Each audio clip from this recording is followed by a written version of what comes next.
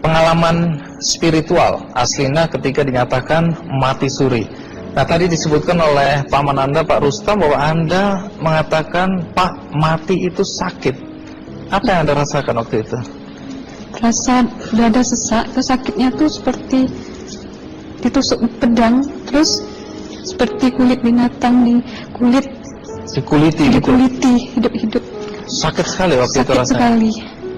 Terus di dada saya terasa sesak.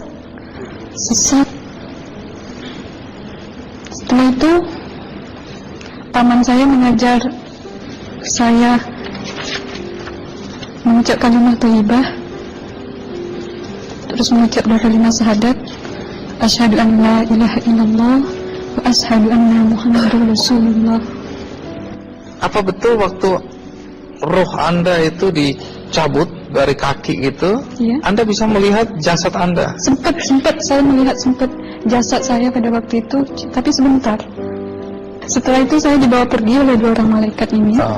Dan pada waktu itu saya ingin ketemu sama ayah saya. Kebetulan ayah saya sudah meninggal. Dan suatu ayah saya meninggal, dia berusia 55 tahun. Setelah saya ketemu di sana, dia tuh berusia muda. Kok muda? Berusia 17 sampai 20 saya perkira. Anda sempat ngobrol dengan ayah? Sempat. Apa yang Anda sampaikan? Waktu itu ayah nangis. Ayah saya bilang, kenapa kamu kesini nak? Pulanglah. Di rumah tidak ada orang. Kasihan lihat ibumu dan adik-adikmu. Tidak ayah, janjiku sama Allah sudah sampai. Dan pada waktu itu ayah saya menangis. Lalu apa yang dia ucapkan? Diam aja dia. Tersilang. Kembali ke malaikat tadi, bentuk yang Anda lihat seperti apa malaikat ini? Dia ini laki-laki, tapi mukanya sama semua. Berapa malaikat? 2. Iya. Fisiknya seperti apa? Seperti berserban, berpakaian ihram, mukanya sama. Wajahnya seperti apa? Wajahnya sulit saya gambarkan. Yang jelas dia ini sama, dua-dua itu sama rupanya. Apakah ada ucapan dari 2 sosok yang Anda anggap malaikat itu? Ada. Apa kata mereka? Waktu itu saya mengalami perjalanan spiritual. Saya disoal oleh malaikat itu dengan sebutan ma ayyutuka, siapa Tuhanmu, katanya. Waktu itu ruh saya menjawab, Tuhanku adalah Allah. Siapa pemimpinmu?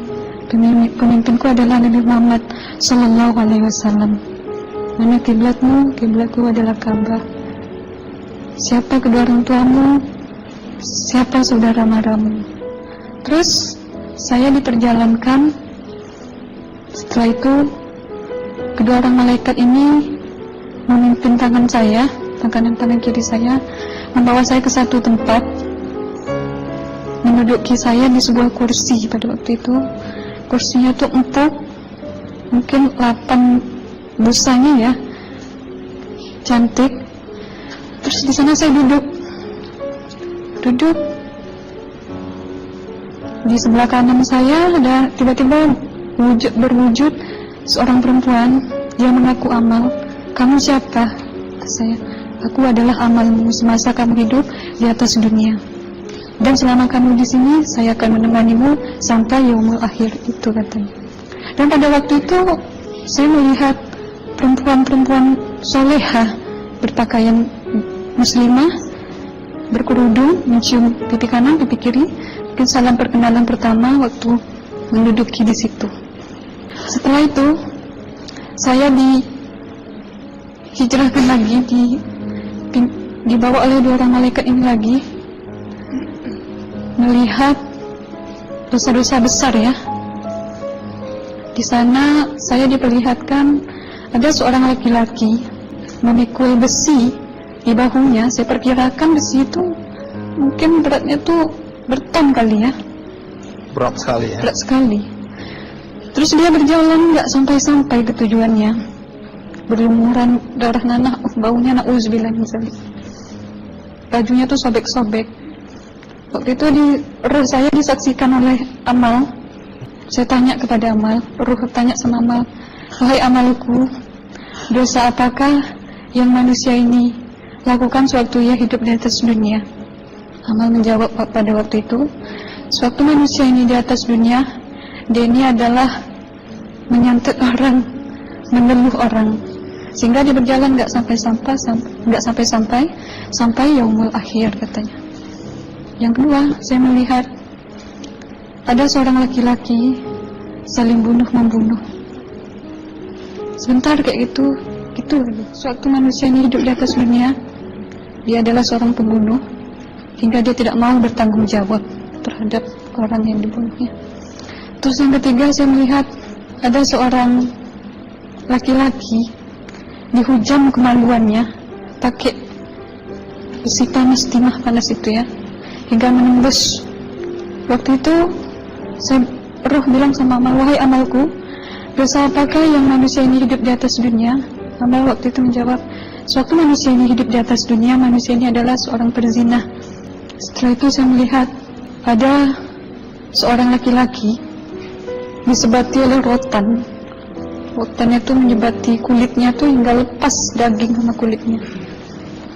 Itu Amal menjawab, sewaktu manusia ini hidup di atas dunia, dia ini tidak pernah sholat Islam, hingga waktu matinya pun dia tidak mengucap 2 kalimat syahadat. Dan pada waktu itu roh sama Amal sempat menghafiz Quran pada waktu itu dengan harapan supaya orang manusia yang Allah siksakan ini bisa terampuni dosanya. Jadi masih sempat waktu itu ya? Iya, roh sama Amal yang menghafizkan, menghafiz Quran, bertahzim, bersalawat, baca ayat 1000 dinar, membaca Yasin. Tapi sayang, bahkan tambah banyak, Allah tidak mengampuni dosa-dosa mereka, sayangnya.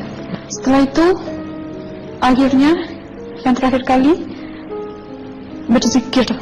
Zikir saya pada waktu itu, subhanallah, walhamdulillah, wala ilaha illallah, wallahu akbar, la hawla wa la quwwata illa billahil aliyyil azim. Sekuat-kuatnya nada saya berteriak. Tiba-tiba saya merasakan detik jantung ya. Waktu itu mungkin paman saya yang menyaksikan. Itu saya koma. Disitulah sebenarnya Anda kembali ke jasad ya? Iya, benar. Jadi banyak sekali Anda menyaksikan kejadian-kejadian di alam sana ya. Baik, terima kasih Mbak Aslina ya, sudah datang dari Bengkalis untuk menceritakan kisah ini.